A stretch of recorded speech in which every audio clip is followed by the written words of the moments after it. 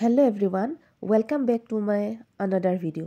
সকলোকে পুনৰবাৰ স্বাগতম জনাইছো মোৰ অন্য এটি ভিডিঅলৈ আৰু আজি আমাৰ যাত্ৰা হৈছে নেহৰুবালি বাকৰিত। মই প্ৰায় সংখ্যক ভিডিঅ নেহৰুবালি বাকৰিৰ পৰাই অলপ দিনৰ পৰা দি আছো আৰু যেহেতু ডাঙৰ অনুষ্ঠানসমূহ আৰম্ভ হয় নেহৰুবালি বাকৰিৰ পৰাই আৰু নেহৰুবালি বাকৰিত অনুষ্ঠিত কৰা হৈছিল তিৰংগা যাত্ৰা আৰু আমিও গৈ উপস্থিত হৈছিলো। যথেষ্ট সংখ্যক লোক তাত আহি উপস্থিত হৈছিলে এই যাত্ৰাত অংশগ্ৰহণ কৰিবৰ বাবে।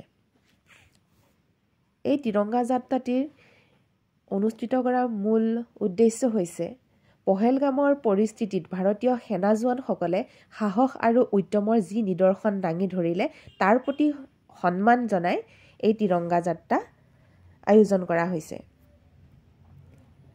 আমি ভাৰতীয়সকলে কিমান সুন্দৰকৈ টোপনি যাব পাৰিছো, নিজ ইচ্ছামতে কৰবাত ফুৰিব যাব পাৰিছো, খাব পাৰিছো, কাৰ কাৰণে? একমাত্ৰ ভাৰতীয় সৈনিকসকলৰ কাৰণে। তেওঁলোকে দিন ৰাত একাকাৰ কৰি নিজৰ জীৱনক তুচ্ছ কৰি আমাক শান্তিত থাকিবলৈ দিছে, আমাৰ ভাৰতবৰ্ষখনক শান্তিময় পৰিৱেশ বজাই ৰখাত তেওঁলোকে সহায় কৰিছে। তেওঁলোকক শতকোটি প্ৰণাম জনাইছো। পহেলগামত যিসকল ভাৰতীয় সৈন্য আৰু ভাৰতীয় নাগৰিকসকলৰ ইতিমধ্যে শ্বহীদ হৈছে আৰু বহুত সকল ভাৰতীয় নাগৰিকে মৃত্যুবৰণ কৰিবলগীয়া হৈছে, তেওঁলোকক ভগৱানৰ শ্ৰীচৰণত প্ৰাৰ্থনা জনাইছো যাতে তেওঁলোকে বৈকুণ্ঠগামী হয়।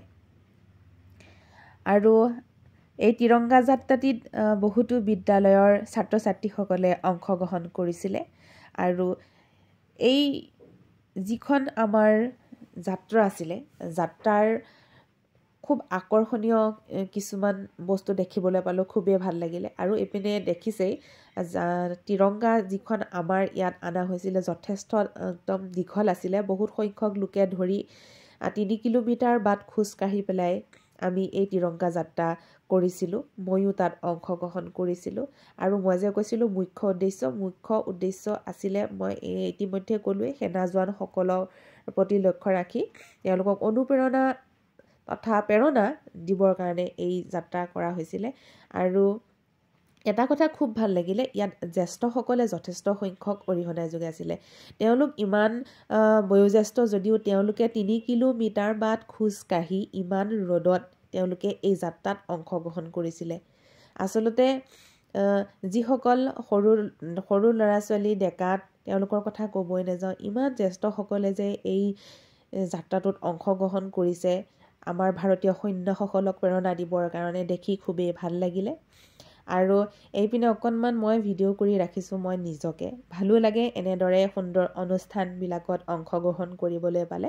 আৰু মই এয়া তিৰংগা কাষত মই 3 কিলোমিটাৰ বাট ধৰি ময়ো খোজকাঢ়িছিলোঁ। এয়া মই দেখাই দিছোঁ। আচলতে এখন হাতে ধৰি পেলাই ভিডিঅ'টো কৰিব দিগদাৰ, যিহেতু মই এই তিৰংগাখন এটা হাতে ধৰি যাব লগা হৈছিলে।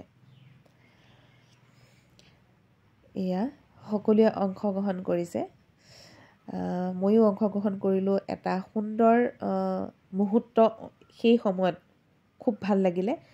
আৰু ভিডিঅ'টো শেষলৈকে চাই থাকিব সম্পূৰ্ণকৈ।